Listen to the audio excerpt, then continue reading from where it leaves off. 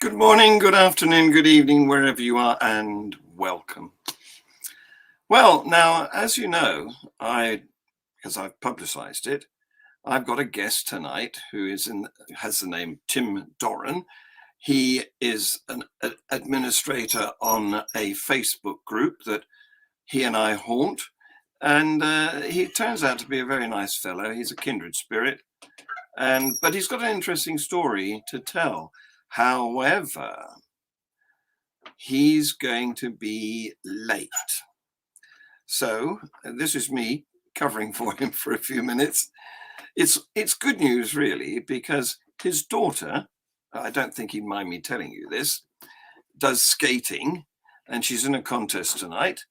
I don't think he was aware of this at the time we set the date for our show together, but she's got through. She's got through round after round.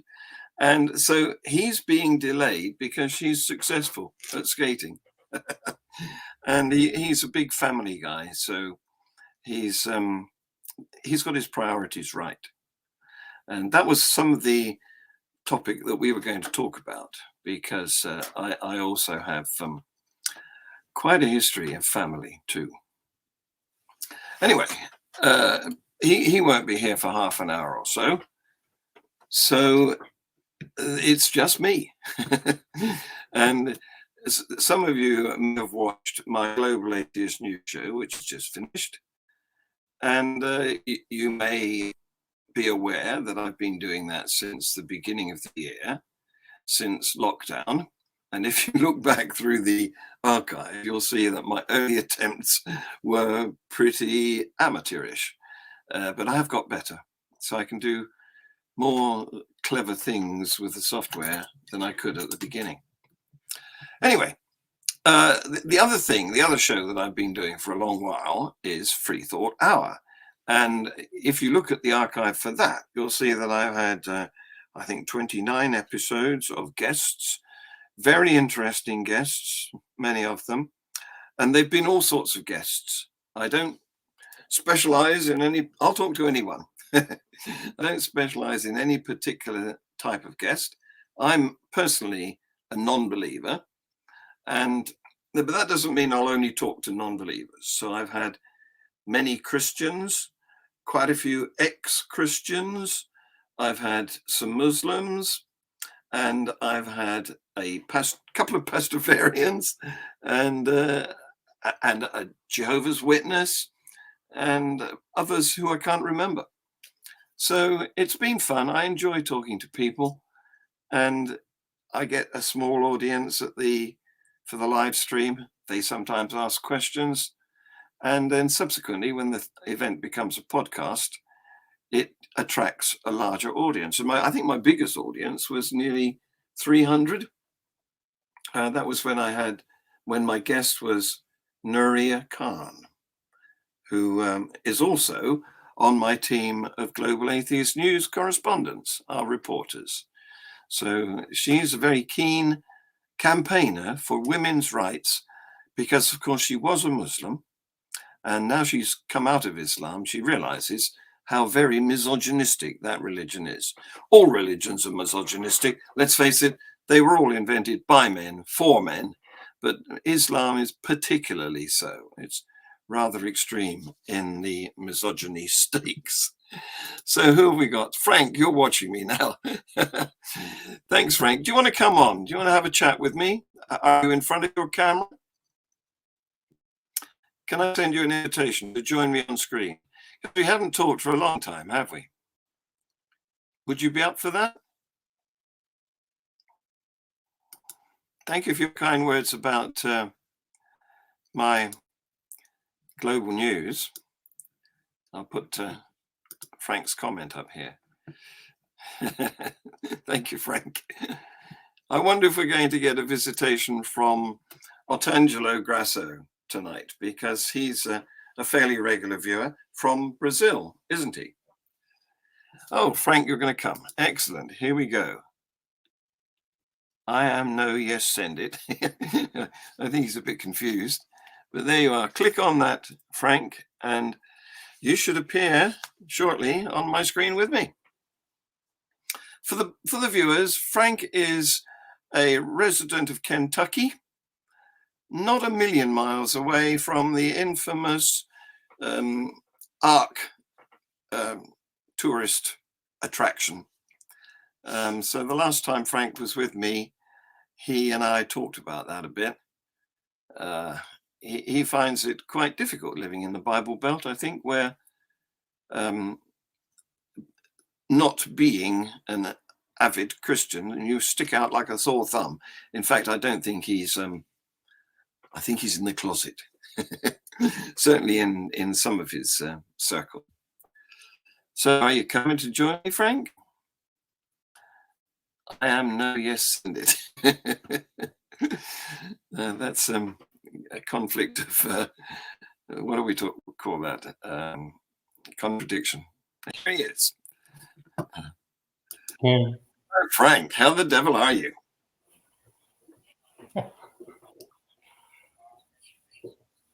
Can you speak? I can. Oh, great. I thought you were muted for a minute. So welcome. It's nice to see you, because it's some months since you and I had a chat, isn't it? How are things in Kentucky?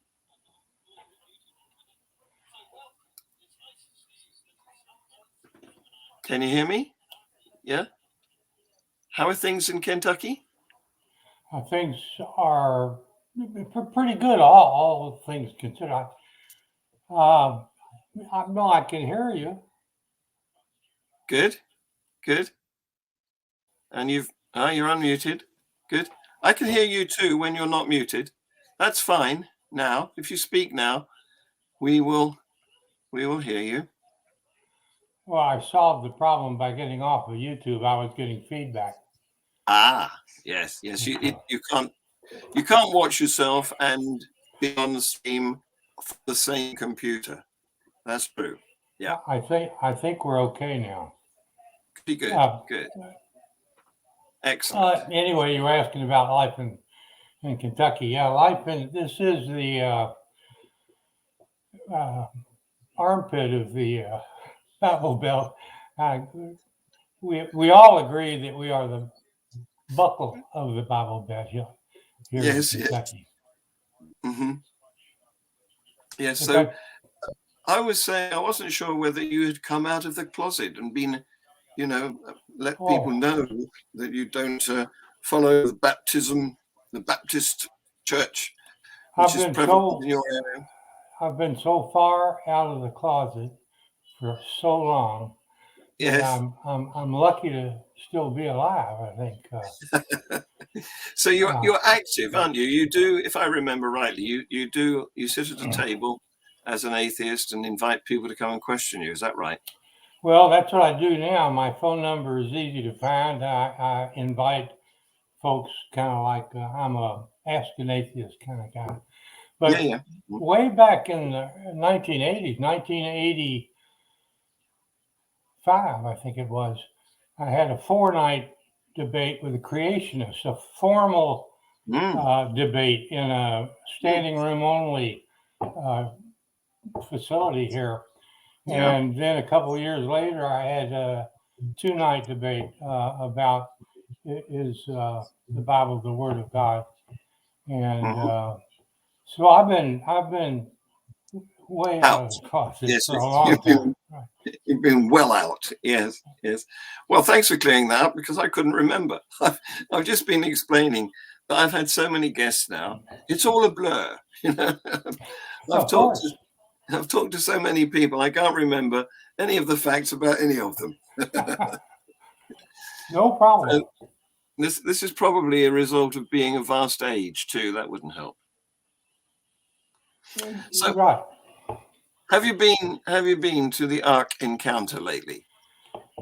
I've driven by the Ark. I've not had a strong urge to go on it, but there's so many videos, really good videos and good write-ups about what the Ark is like. And I personally know one of the guys that leads the case against the Ark. Oh yeah, a fellow named Dan Phelps here in Kentucky. That I don't really need to enter the Ark to I think appreciate. Yes. Maybe that's. But I have been to the Creation Young Earth Creation. Museum, Yes, yes. and it's. I must say it's really very nice. But both the Ark Park and the Creation Museum, the Young Earth Creation Museum here in Kentucky, are attractive facilities, very well kept, very Yeah. well presented. They are kind of a treat for any who believe as they believe. Well, America does theme parks very well, doesn't it? I mean, it's had years of experience since Disney set up the first one in California. Yeah. And so if there's any country where you'd expect a good job to be done, it's got to be the US of A. So That's true. Now, the one in California, I think they moved to Texas, and they may have moved again. I'm not sure. I'm talking about the Creation Research yeah. group, but what we have here in Kentucky by way of Young Earth Creationism in a museum Yeah. is the best I've seen anywhere in the country, Yes. and I've visited most all of them. Would your friend who takes up the case against young Earth creationism be interested in coming on my show?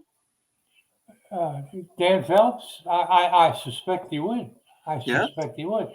I'll be happy to inquire and then let you know. Yes, please. Yes, please, indeed. Yes. He would make a good guess, believe me. Thank you. Yeah, I'd like you to do that. Yeah. I will do that. I'll check that out and let you know. Great. Put me in touch. Yeah. So I was telling the audience, if we've got one, that Tim Doran, who is my official guest for tonight, is going to be late. He's going to be about another 15 minutes because his daughter is sailing through the classes at the skating competition that he's attending with her. So that was entirely unexpected, I think. Well, as soon as you get here, I'll vacate and you can, well, you don't feel you have to. You might like to have a chat with him too. He's an interesting guy because he started out in a seminary. I haven't found out much more than that about him. But now he's an admin on Unbelievable, I think. You know, one of the Facebook groups that I haunt. Yeah. Yeah. Maybe does he go by the name Tim Dorian? Yes. I'm trying to think. I mean, it sounds familiar. Yeah, you may have bumped into him too. Yes. So he's undergone a journey from seminary, probably a trainee pastor. I don't know. We'll find out more when he joins us. To atheist site. Well, not specifically, is it? Unbelievable is a mixed site. It's for theists and atheists, and we discuss things there. So anyway, he has come out as an atheist, and he's an administrator. That site has a mix of administrators. Some of them are Christians or theists of some sort. The site Unbelievable. Yes. Okay. Yes. Unbelievable ? Yes. Because that's a spin-off from a radio show that we have in this country, which is also called Unbelievable, which goes out on a Saturday morning, and it's from a channel called Premier Christian Radio. It's based in London, and it's been broadcast on the airwaves before internet podcasting, going right back to the early part of this century. And I was actually a guest on that. I think it's a half-hour show. And I was a guest on it way back in 2013 when I was in opposition to a Christian apologist whose name is Jonathan McClatchy. And so I'm there on that radio show, and the internet being what it is, you can still find it. Although at the time, I was trading under a pseudonym. Well, you know how, particularly in some parts of the world, in some cultures, the word atheist it's not a very pleasant word. It's a big turn off for some people.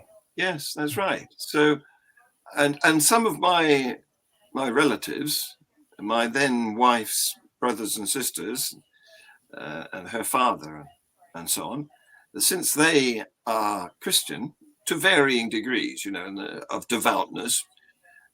She is not a churchgoer herself now, but she would, if you asked her, she would come firmly on the Christian side of things as her belief system. And you can ask her. I mean, she won't come on screen, but she's in the house somewhere. Anyway, because I didn't want to alienate them, you know, her and my relatives, her relatives and my relatives by marriage, I chose not to be myself in my activities. So I had the pseudonym, as I'd written a couple of books, and I was using the pseudonym Elliot George, which the books are still available, of course, on Amazon. And you may recognize that Elliot. Yes. Elliot George is a reversal of George Eliot, which was a pseudonym going back to, I think, Victorian times, when there was a female writer, Mary, some simple name, but and she wrote some books. One of them was I'm not going to think of it, am I?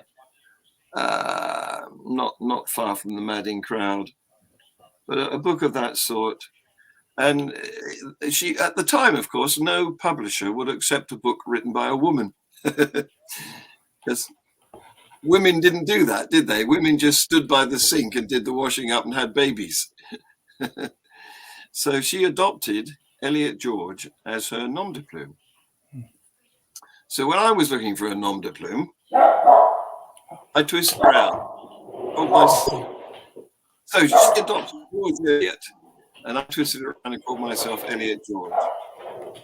Sorry about that. My dog's getting excited. Could you hear him barking? Maybe. Yeah. Okay, now Yeah. Might be my wife who's coming home. Ah, yes. They welcome their fellow house members, don't they? He knows which one of us feeds him. Gets excited when she's. Yes. When I was a boy and we had dogs, the dog used to know when my father's car was driving up the hill, long before we could. Yep. He would prick up his ears and get up and go and sit by the door, and we'd think, what's going on? And he knew. Yeah, it looks like it certainly looks like ESP. You know, yes. Because I can look up the street, I don't see anything, but yes. Sure enough, here she comes. You know. Yes, that's right. Yes, they have enhanced senses of smell and hearing. So we're thinking of getting another dog. Actually, it's something to make me go out and walk. We used to have a lot of cats. And my wife was also had a rash all the time. So she went to the doctor to get that checked out. And he did some tests and he said, I've got bad news. You're allergic to cats. So now we are dog lovers. Yes. Well, that was the right direction, I think. A good move. Yep. Yes. I should never forget when I was very young, I read not Coral Island, not Treasure Island, but Coral Island. And there's a very sad bit. This is a castaway on a remote island. And he he makes himself somewhere to live and starts, killing the local creatures to feed, and makes a fire. And he's venturing further into the center of the island, and he comes across this old hut. Obviously, a rotten old hut. Somebody lived here before. So he goes into the hut, and there's the skeleton of a man,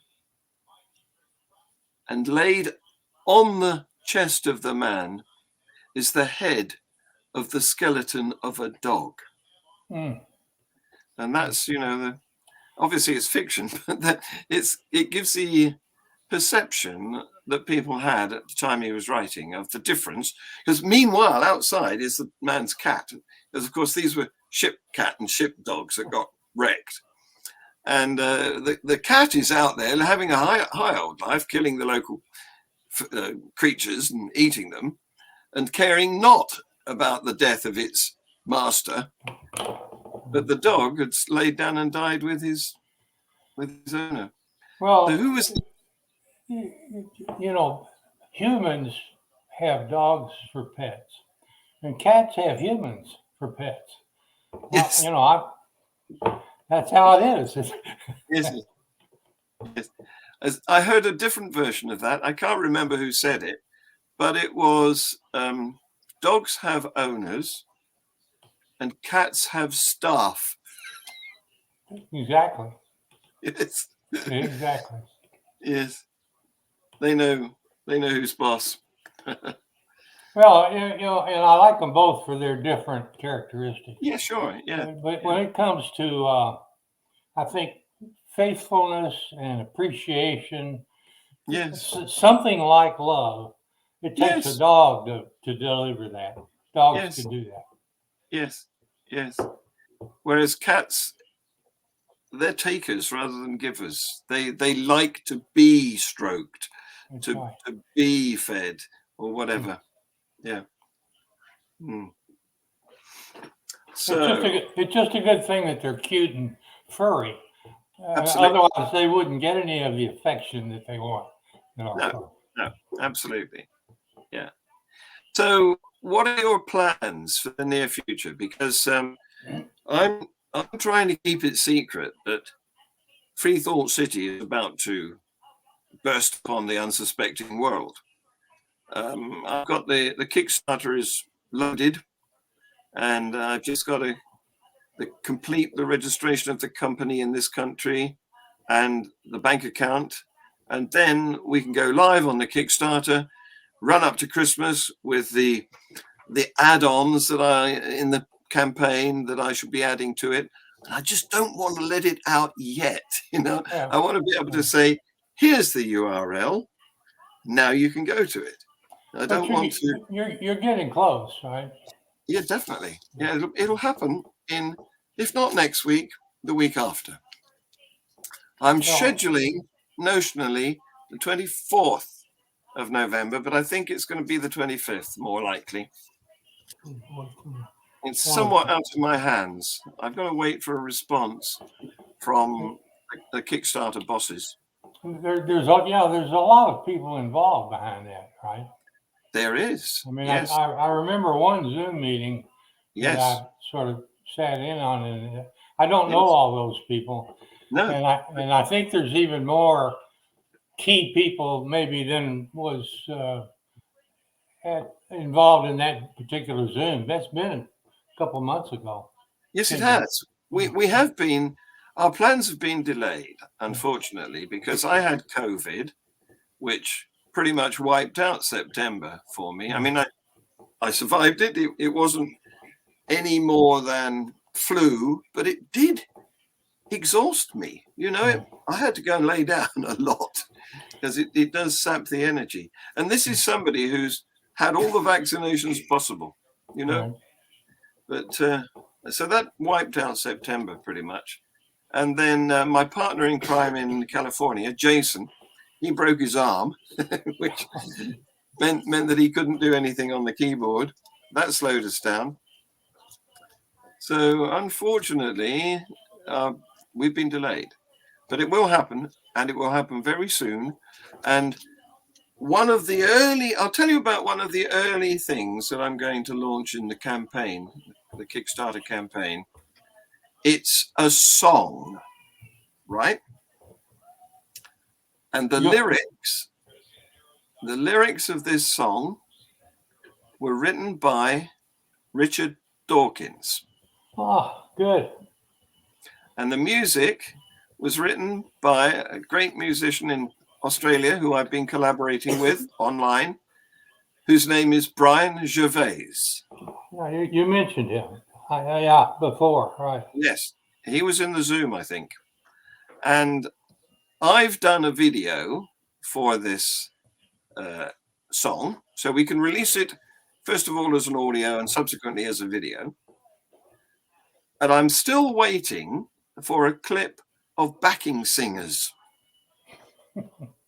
And there's an outfit in California that I'm trying to contact, who I've been collaborating with before, called Voices of Reason. I'm making notes because at my Sure. age, I need these notes. So. Yeah, I use my phone for making notes.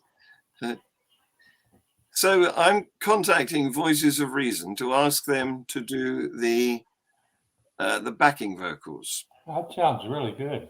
I mean, it sounds like it's going to sound really good. Well, it does. I'm just sorry that I can't let you hear it yet, because I want to keep it until the moment is right, and then I want to be as excited as everybody else at the same time. So no problem. Great. Okay. Well, marketing is a strange science or art. I'm not sure which. So we want to get everybody piled up, gasping for it, beforehand. So we've got a database of email addresses, and we've got Facebook groups and Twitter accounts and so on that we will prime prior to releasing this. So I'm quite excited too. And I'm an Englishman. I don't get excited very easily. I think our race is famous for its sang-froid. That's true. So I've got to be cold-blooded. Fair enough. No problem.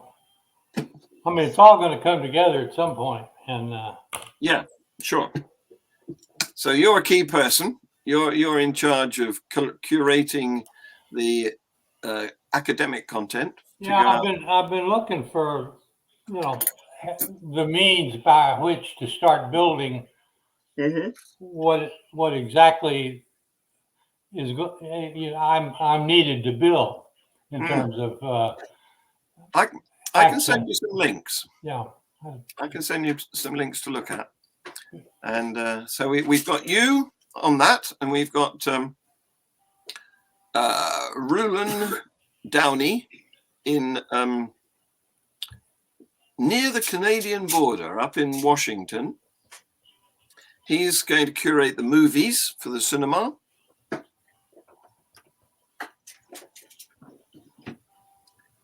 And mine was going to be academic. Not sure what the word was. I don't have that note handy. Academic resources, I guess, or something. Yeah, that's right. Yeah, curator of the academic material content. Yes.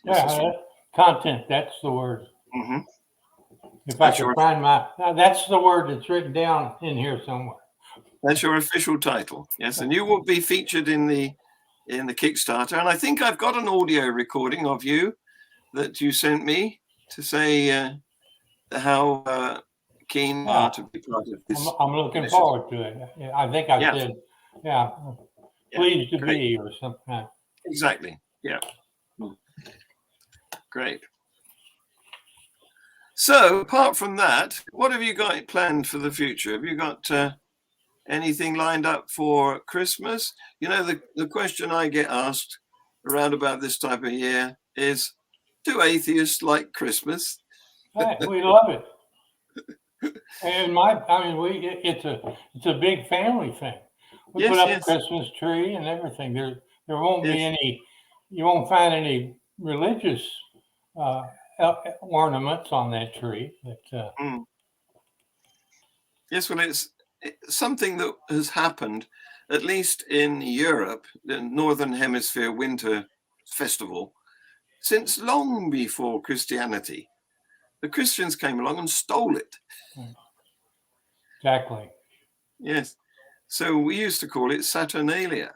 And that's probably going to be the title of another song that we're going to launch as part of the campaign for the Kickstarter. So that sounds good. We'll see how that comes along. I'm the lyricist for that one, and Brian is doing the music. And music is very powerful. And it is, isn't it? Yeah. I used to be in a band many, many years ago, and I loved it. It was fantastic. And I also used to play in the school band too when I was a teacher, and the school was putting on musicals. We did Godspell, and we did Oliver ! You know. Right. And I played for those and some other ones we did, and it was terrific fun. Yeah, it really is. And my recreational drug of choice is music. Yes, yes. It's legal too, you know. Yes, it is, isn't it? Yes. They can't touch you for it. Yes. That's right. Did you have any particular genre of music? Well, way back in the, I guess, early to mid 60s, I was a jazz drummer and played in a band here in town. Yeah. And when I joined the Army, I wasn't able to take my set of drums with me, so I bought a guitar and I learned to play a little bit. Yeah. But I'm not really a performer to speak of. But I like jazz, principally straight ahead jazz, good solid standard stuff. So are we talking about what I would call trad jazz or modern jazz? Well, you tell me. Dave Brubeck Quartet, for example. We'd call that modern jazz. Yeah, well, that's the kind of jazz I like. Quartet, small ensemble. Yeah. But I like classical music. I like British rock. I think the best rock music was produced from the 60s through the 90s, mostly coming out of England. Yeah. And I'm quite fond of that music. And I drove this last Sunday. I drove 5 hours to hear an organ and a trumpet in a huge Catholic cathedral in a town that's 5 hours from here. And then after it was over, I drove back. So that's how much I like music that in some cases most people wouldn't think would be very, very good, or few people would think, well, yeah, I'm willing to drive a 10-hour round trip to hear good organ trumpet music, but there aren't many of us like that. But I just like it all. The only thing, you know, anytime you change doctors, or you got to get a new doctor, you got to fill out a lot of paperwork for them before they'll see you. And one of the things they ask is, do you have any allergies? And I usually write in there where it says that country music, you know, and so I'm allergic to most country music. But if Willie Nelson is singing it, I will listen. Well, what about, you see, it's a blurred area now, isn't it? Because if you go back to the 50s or the 60s, country music was a distinct genre. It was banjos, it was slide guitar, it was dripping with emotion songs, and it was a particular taste.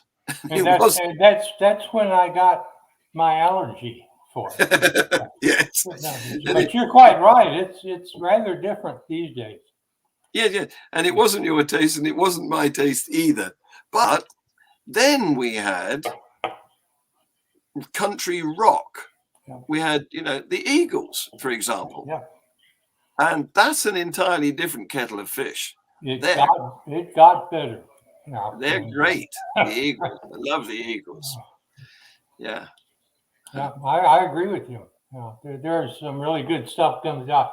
Now, Louisville isn't that far from Nashville, which is the heart of country music. Yeah. And so we get a lot of it around here. And I'm not allergic to today's country music. Yeah. But I still put that when I go to a new doctor just for the laughs.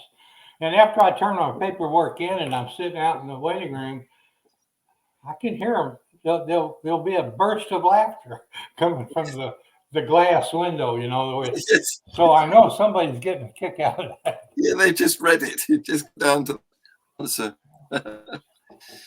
Yeah. Well, music, as you say, it moves a lot of emotions. And what I regret is the way, like we were saying, the Christians had stolen Christmas. They grabbed Saturnalia and used it for their own purpose. And they've tried to do this to music as well, haven't they? Oh, yeah. And now I got to tell you, there is some religious music that I very much like.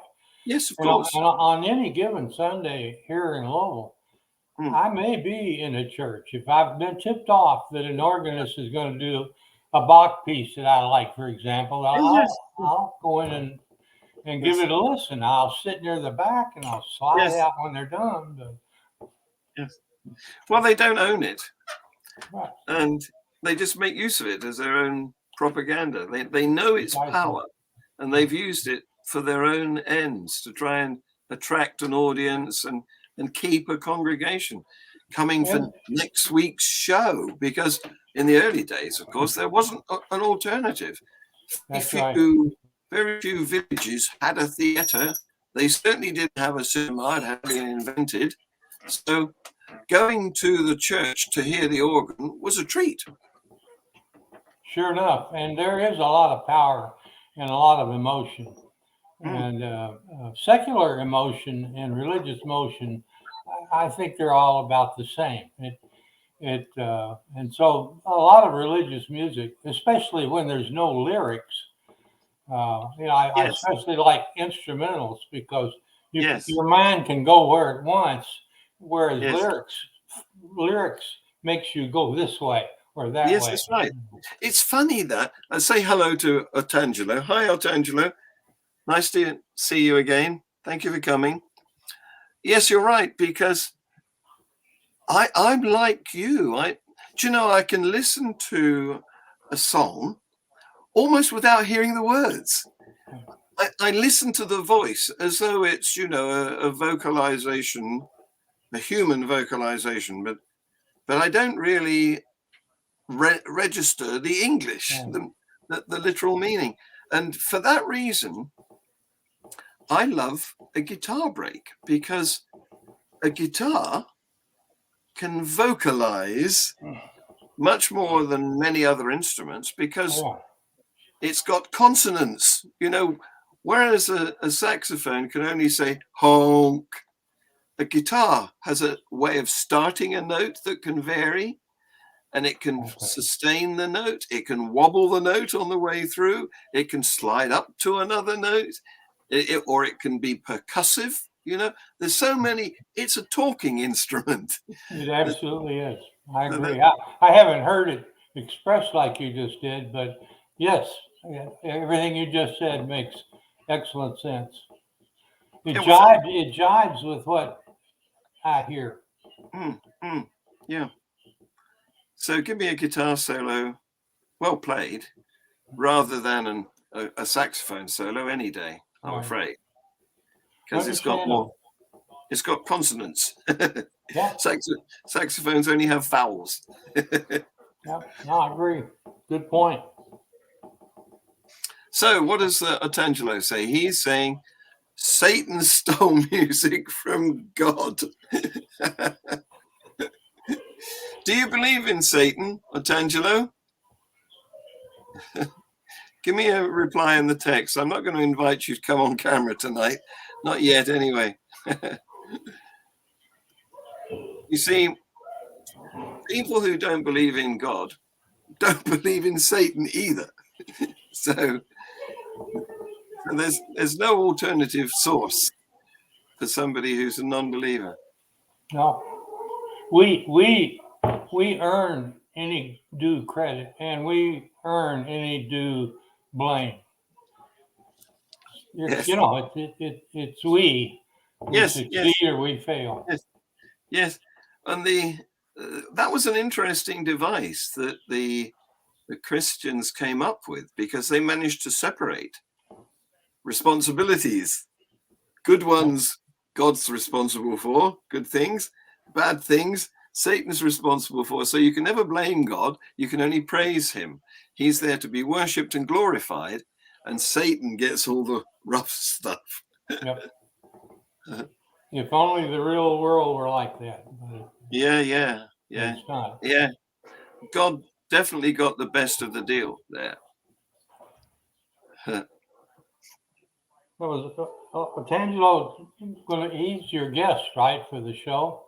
No, he's not. No, Otangelo is one of my audience. He's a regular audience member. I think I know his name from Facebook. And my guest is telling me that he's joining in a few minutes. So Tim will be here shortly.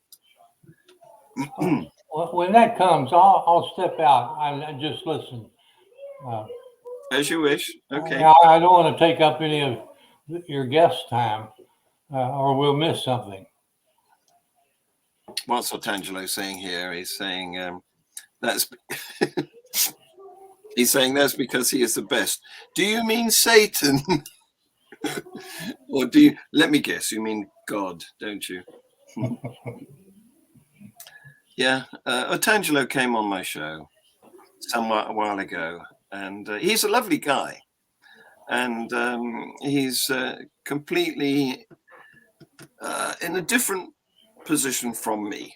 You know, I consider the evidence for God to be inadequate, but Otangelo thinks he's got it. He thinks he has the evidence for him. Yep. So we had we had an interesting conversation, which is there in the archive. So, Otangelo, let's plug the show that you came on, the episode that you were in. Yeah, catch up on those. It was some time ago now. Let me have a look in my archive. I've got my laptop open here. Let's see. It's not going to come up easily, as it was so long ago. Where is he? Well, if he's on Facebook, that's where I got his name. I mean, that's why I recognize his name. He comes to the same. Oh, here we are. It was, when was that? Episode 23. I think that's going backwards, 23 episodes ago. And it was on March the 27th. That is a long time ago, isn't it? And it's had 120 views. So we can recommend people to go and see the interview that he and I had together. My show was called Ask an Atheist back then, but I've changed the name to Free Thought Hour because it opens more doors. You know, I don't have to have atheists. I don't have to play the role of atheists. I can just have a chat with anybody, and that's what I like doing. No, that's a good name change. Yeah. You'll get a wider audience on account of that. I hope so. Yeah. But it's quite difficult. Not only that, people who surf the web and they'll come across your videos, you know, and if atheist isn't in there, more people will stop and take a look. There'll be some Yes. otherwise it would just work, turn on to the next one. So Yes, yes. So Tim has arrived. He's here backstage. So okay. Give me a wave if you're ready to come on, Tim. I saw you taking your mask off. I'm not sure whether I'm going to bring him on anyway. Okay. I'm going to slip out then and watch it from YouTube. Okay, yeah, if you like. I appreciate the opportunity to chat with you. Yeah, thanks for the chat, Frank. And I'll keep you in touch regarding Free Thought City. Appreciate it. Hang in there. Great.